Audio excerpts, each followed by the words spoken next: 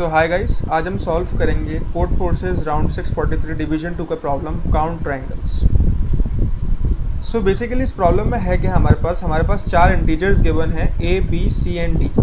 अब उन चार इंटीजर्स में से हमें ऐसी वैल्यू सेलेक्ट करनी है एक्स वाई जेड कि एक्स जो है वो ए और बी के बीच में हो, वाई जो है वो बी और सी के बीच में हो, और जेड जो है वो सी और डी के बीच में हो, बोथ वैल्यूज़ इंक्लूसिव। और हमें ऐसे नॉन डीजेनरेटेड ट्रायंगल्स जनरेट करने हैं कि कितने नॉन डीजेनरेटेड ट्रायंगल्स हम फॉर्म कर सकेंगे। हमारे पास जो इनपुट कंस्ट्रेंट्स हैं वो हैं कि जो ए बी सी और डी की वैल्यू हैं वो 5 × 10⁵ की रेंजेस में है।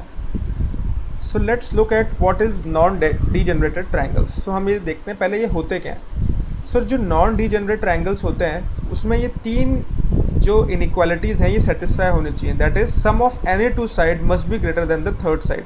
जैसे अगर एक ट्रायंगल की साइड एक्स वाई जेड है तो X plus Y should be greater than Z, Y plus Z should be greater than X and X plus Z should be greater than Y. So ये non degenerated triangles होते हैं। इन्हें हम ये भी कह सकते हैं कि इनका जो एरिया होता है वो पॉजिटिव होता है, और मतलब जो साइड्स होती हैं वो कोलिनियर नहीं होती आपस में, पॉइंट्स जो है वो एक पर्टिकुलर लाइन पे फॉलो नहीं होते हैं। अब हम देखेंगे कि हमें जो कंस्ट्रेंट्स दे रखे थे उसमें ये मेंशन था कि ए बी सी और डी की वैल्यू जो है वो एक इंक्रीजिंग ऑर्डर में, मतलब a is less than b is less than equal to c and c is less than equal to d, यानी एक्स वाई जेड इनके बीच में कहीं रेंज कर रहे हैं। ठीक है, तो इस पॉइंट का हम यूज़ करेंगे यहाँ पे और देखेंगे क्या हो सकता है इससे। हमें गिवन है कि ये सब चीज़ें इंक्रीजिंग ऑर्डर में हैं, तो obviously x should be less than equal to y and y should be less than equal to z. मतलब एक्स की वैल्यू वाई से कम या बराबर हो सकती है, जेड की वैल्यू जो है वो बड़ी होगी किससे, वाई से, उसके बराबर भी हो सकती है।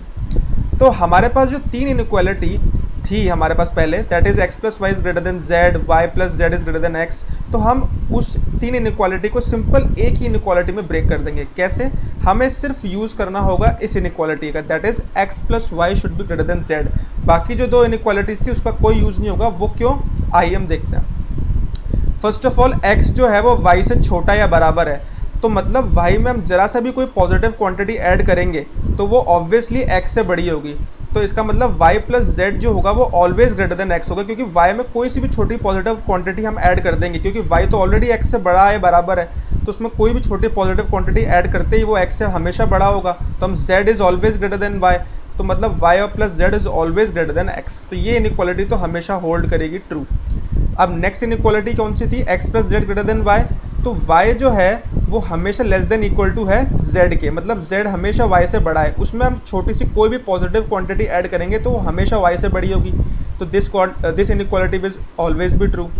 अब नेक्स्ट क्या इनइक्वालिटी थी हमारे पास, x plus Y should be greater than z। अब z से दोनों ही x और y छोटे हैं, तो ये पॉसिबल हो सकता है कि x प्लस वाई का सम हमेशा z से बड़ा ना हो, कभी छोटा भी हो सकता है। तो इस इनइक्वालिटी पे हमें चेक करना होगा। तो बेसिकली जो तीन इनइक्वालिटीज़ थी उसको हमने सिर्फ सिंगल इनइक्वालिटी में ब्रेक कर दिया, that is x plus y is greater than z पे हमें चेक करना पड़ेगी कंडीशंस। अगर वो ट्रू होती हैं तो मतलब वो एक नॉन डीजेनरेट ट्रायंगल प्रोड्यूस कर सकता है। तो ये था इंट्यूशन इस प्रॉब्लम का। अब आइए देखते हैं हम कैसे इस प्रॉब्लम को सॉल्व कर सकते हैं। तो फर्स्ट ऑफ ऑल हम एक नेव अप्रोच सोचेंगे।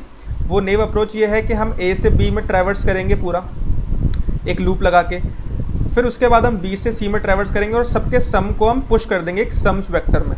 अब उस सम्स वेक्टर में हम देखेंगे कि ऐसी कौन सी वैल्यूज़ हैं जो z से बड़ी हैं, और अगर वो वैल्यूज़ z से बड़ी हैं तो हम वो वैल्यूज़ को ट्रायंगल में काउंट कर लेंगे और एट लास्ट हम ट्रायंगल्स प्रिंट कर देंगे। तो ये तो थी नेव अप्रोच, बट ये हमें देगी TLE, बिकॉज हमारे पास जो कंस्ट्रेंट्स हैं वो हैं 5 × 10⁵ के, and n square approach will give a TLE in that case. So हमें कुछ ऑर्डर ऑफ n अप्रोच का सोचना पड़ेगा कि हम ऑर्डर ऑफ n अप्रोच में कैसे ब्रेक कर देंगे।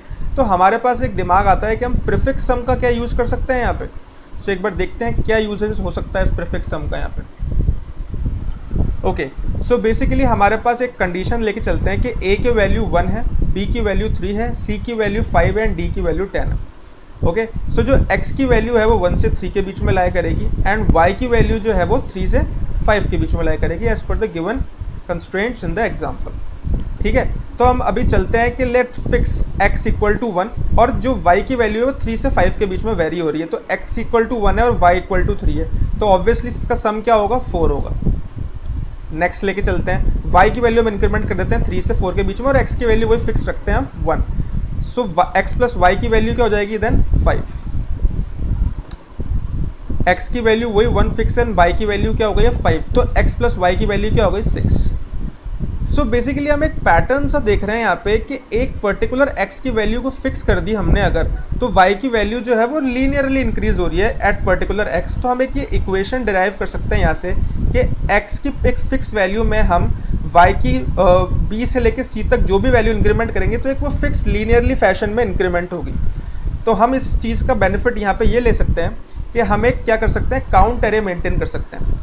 उस काउंट एरे में हम क्या स्टोर करेंगे, एट पर्टिकुलर ith इंडेक्स, जो उस इंडेक्स की वैल्यू होगी वो तो होगी उसकी सम, और ऐसे कितनी वैल्यूज़ जो है वो पूरे अरे में है वो हम इसमें स्टोर करेंगे। जैसे फॉर एग्जांपल इस अरे में अगर हम देखें तो इस 4th इंडेक्स पे मतलब 4 वाले जो सम है x और y के ऐसे कितने पेयर है जो 4 बना रहे हैं वो हम इस अरे में स्टोर करेंगे। अब देखते हैं वो कैसे स्टोर करेंगे वो हम स्टोर करेंगे प्रीफिक्स सम से। कैसे कि हमारे पास जो हम x की वैल्यू है वो 1 से लेके b तक है, तो हम उसको ट्रैवर्स करेंगे इस पे, और हम क्या करेंगे b और c वाली पोजीशंस पे हम इंक्रीमेंट कर देंगे लाइक दिस। अब हमारे पास पता है हमें कि 4 से लेके 6 तक जो वैल्यूज़ हैं वो फॉर्म हो रही थी। पिछली वाली स्लाइड्स में हमने देखा था कि हम ऐड कर रहे थे और 4 से लेके 6 तक वैल्यूज़ थी, तो हमने वहाँ पे हर जगह क्या करा, +1 कर दिया। एंड उसके बाद जैसे ही हमें पता चला कि c तक है वो वैल्यूज़, तो उसके बाद उसके पर्टिकुलरली पोजीशन बाद हमने -1 कर दिया। तो 4 पे तो कर दिया हमने +1 और 7 पे कर दिया हमने -1। सिमिलरली अब x इक्वल टू 2 पे ट्राई करेंगे हम। x इक्वल टू 2 पे क्या होगा, 5 से लेके 8 तक 7 तक जाएंगी वैल्यूज़, तो 5 पे कर देंगे हम 1 और 8 पे कर देंगे हम -1। ऐसे हम x इक्वल टू 2 के लिए ट्राई करेंगे तो क्या होगा, x इक्वल टू 3 के लिए ट्राई करेंगे तो क्या होगा, 6 पे हो जाएगा 1 एंड 9 पे हो जाएगा -1। सो हमारे पास ये एक अरे बन जाएगी जिसमें हम ऐसे पर्टिकुलर पोजीशन जो b पे है उस पे हम इंक्रीमेंट कर देंगे और c+1 पे हम एक वैल्यू डिक्रीमेंट कर देंगे। अब हम इसका प्रीफिक्स सम निकाल लेंगे, that is summing of all the values prefix करके हम उसका सम ले लेंगे। तो हमारे पास ये जो अरे बनेगी वो फाइनल काउंट अरे बनेगी ये वाली। अब ये अरे क्या डिनोट करती है कि at particular position ith position जो उसकी सम की वैल्यू है वो है ith वैल्यू जो उसकी इंडेक्स की वैल्यू है, और जो उसकी इंडेक्स पे जो वैल्यू रखी है वो उतने पेयर ऑफ सम्स फॉर्म कर रही है। जैसे फॉर एग्जांपल जो सम 4 है उसके कितने पेयर्स होंगे x और y के, वो होंगे सिर्फ 1, that will be 1 and 3। x की वैल्यू जब 1 होगी और y की वैल्यू जब 3 होगी तो वह एक पेयर ही फॉर्म कर पाएगा। अब जब सम 5 है तो उसके कितने पेयर्स होंगे, दैट विल 2, x की वैल्यू 1 और y की वैल्यू 4 और x की वैल्यू 2 एंड y की वैल्यू 3, तो ये 2 पेयर्स फॉर्म हो सकते हैं। सिमिलरली सम 6 के कितने पेयर्स होंगे, 7 के कितने पेयर्स होंगे, 8 के कितने पेयर्स होंगे। अब 9 के कोई पेयर फॉर्म नहीं होगा, क्यों, बिकॉज मैक्सिमम वैल्यू क्या हो सकती है y की, दैट इज़ 5, और x की मैक्सिमम वैल्यू क्या हो सकती है, दैट इज़ 3। तो 5 + 3 8, तो 8 तक ही पेयर्स फॉर्म होंगे, 9 का कोई पेयर फॉर्म नहीं होगा। तो ये हमारे पास एक काउंट आ गई कि कितने पेयर्स होंगे ऐसे पॉसिबल जिसका सम ith होगा और उसके पेयर्स की वैल्यू जो होगी वो उसके पर्टिकुलर अरे ऑफ इंडेक्स पे स्टोर होगी। तो यहाँ तक तो हमें क्लियर हो चुका है कि हम कैसे एक अरे फॉर्म कर सकते हैं। नेक्स्ट स्लाइड में हम देखते हैं कि अब हम क्या करेंगे total number of triangles count करने के लिए। तो हम क्या करेंगे, इस अरे पे ट्रैवर्स करेंगे पहले तो। अब हम देखेंगे कि c और d की वैल्यू कितनी रेंजेस में है। अब हम देखेंगे कि c और d क्या रेंज में फॉलो हो रहा है।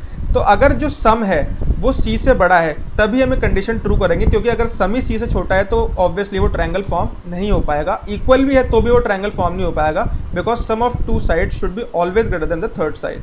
तो हम ट्रैवर्स देखेंगे कंडीशन लगा के कि अगर सम c से बड़ा है तो हम ये यूज़ करेंगे, ट्रायंगल्स जो होंगे वो होंगे that is count of sum plus minimum of sum -1 into d minus c+1। अब इस फॉर्मूले को समझते हैं कि फॉर्मूला कैसे यूज़ करा हमने। सो बेसिकली क्या होगा, काउंट ऑफ सम मतलब कितने ट्रायंगल्स जो हैं, कितने पेयर्स जो हैं वो उस पर्टिकुलर इंडेक्स पे स्टोर है। जैसे फॉर एग्जांपल 4 पे 1 पेयर है, 5 पे 2 पेयर है, तो हम ये तो देखेंगे कितने पेयर्स ऑब्वियसली वहाँ पे आ रहे हैं। अब ये इसका मतलब क्या हो रहा है, minimum of sum -1 into d minus c+1। तो हम ये देखेंगे कि क्या जो वो वैल्यू है पर्टिकुलर सम की, मतलब जो पर्टिकुलर सम जहाँ पे जा रहा है वो -1 और d इनमें से मिनिमम क्यों है। क्योंकि अगर d से बड़ी वैल्यू है कोई, मतलब d ज़्यादा है बहुत, मतलब जो वैल्यू है वो d से बहुत बड़ी है, तो मतलब जो c और d की रेंजेस है वो सारे ट्रायंगल्स इंक्लूड होंगे। और अगर जो पर्टिकुलर वैल्यू है सम की वो मतलब अगर c और d के बीच में लाई कर रही है तो मतलब वो सम -1 इंडेक्स पे हम देखेंगे, क्योंकि सम इंडेक्स को हम इसलिए इंक्लूड नहीं करेंगे क्योंकि अगर जैसे ही सम इंडेक्स को इंक्लूड करेंगे तो वो इक्वल टू सम में हो जाएगा और हमें इक्वल वाले कंडीशन को नहीं देखना है। तो इसको हम एक एग्जाम्पल के थ्रू और समझते हैं इस कंडीशन को। लेट अस सपोज कि हमारे पास सम 4 है। अब हमारे पास सम 4 है लेकिन सी की वैल्यू क्या है हमारे पास 5, तो हम इसको इस कंडीशन में इंक्लूड नहीं कर सकते इस पर्टिकुलर पोजीशन के लिए कि हाँ भाई ये इससे कोई ट्रायंगल फॉर्म नहीं हो सकता। नेक्स्ट देखते हैं। अब हमारे पास सम 5 है। अब लेकिन जब सी की वैल्यू भी 5 है तो हम इस कंडीशन में भी इसको ट्रायंगल्स को इंक्लूड नहीं कर सकते क्योंकि हमें कंडीशन स्ट्रिक्टली ग्रेटर देन चाहिए। अब देखते हैं सम 6। अब सम 6 हुआ हमारे पास, तो हम इस लूप के अंदर आएंगे, इस इफ़ कंडीशन के अंदर आएंगे कि हाँ भाई सी से बड़ा है सम हमारे पास, तो हम इस इफ़ कंडीशन के अंदर गए। अब हमारे पास काउंट ऑफ सम की वैल्यू क्या है, वो है हमारे पास 3 के, मतलब इतने पेयर्स हमारे पास पॉसिबल हैं इसके लिए। अब हम क्या करेंगे, मिनिमम ऑफ सम -1। अब सम -1 क्या है, सम की वैल्यू क्या है 6, तो सम -1 क्या हो गया 5। अब मिनिमम ऑफ 5 और डी की वैल्यू क्या है हमारे पास 8, तो मिनिमम क्या निकला इसका हमारे पास 5 माइनस C+1 क्यों कर रहे हैं हम। अब हमें कोई भी दो रेंजेस में कितनी नंबर ऑफ वैल्यूज़ है वो काउंट करनी है, तो हम क्या करते हैं, जैसे हमारे पास a = 2 है और b = 5 है, तो इसमें कितनी वैल्यूज़ होंगी हमारे पास वो काउंट करनी है। तो that will be 5 - 2 + 1, that is 5 - 2 is 3, 3 + 1 is 4, तो मतलब 4 वैल्यूज़ है, दैट इज़ 2, 3, 4 एंड 5। तो इसलिए हम काउंट कर रहे हैं, दैट इज़ जो भी इन दोनों का मिनिमम निकलेगा माइनस C+1, तो उतने ही रेंजेस की वैल्यू होंगी जिसमें हम ट्रायंगल फॉर्म कर पाएंगे। तो वो हम काउंट ऑफ सम से मल्टीप्लाई कर देंगे कि इन पॉसिबल पेयर्स में इतनी चीज़ें हैं पॉसिबल कि इतने ट्रायंगल्स पॉसिबल बन सकते हैं। तो एट पर्टिकुलर केस जब सम 6 है तो हम कितने पॉसिबल ट्रायंगल्स बना सकते हैं, that is minimum of sum -1 that is 5, d that is 8 minus C+1, 5 minus C+1 कितना हुआ 5 - 5 + 1 दैट इज 1, तो 3 × 1 हम 3 ट्रायंगल्स फॉर्म कर सकते हैं। सिमिलरली 7 के केस में भी 7 भी C से बड़ा है। अब 7 के पर्टिकुलर पोजीशन पे कितने पेयर पॉसिबल है 2, एंड 7 - 1 इज 6, 6,8 का मिनिमम क्या हुआ 6 - 5 + 1 दैट इज 2, तो हम यहाँ पे 2 × 2 4 ट्रायंगल फॉर्म कर सकते हैं। और पिछले वाले में 3 ट्रायंगल्स थे, तो टोटल ट्रायंगल्स कितने हो गए 7, एंड सम = 8 पे भी हम सिमिलरली ट्रायंगल्स कैलकुलेट कर सकते हैं, that will be 3 and total triangles will be 10। सो हमने एक लीनियर अप्रोच में नंबर ऑफ ट्रायंगल्स फॉर्म कर लिए कि हम पर्टिकुलर x, y, z के लिए कितने ट्रायंगल्स फॉर्म कर सकते हैं। तो ये थी अप्रोच इस प्रॉब्लम की। For more videos, please like, share and subscribe my channel. Thank you for watching the video.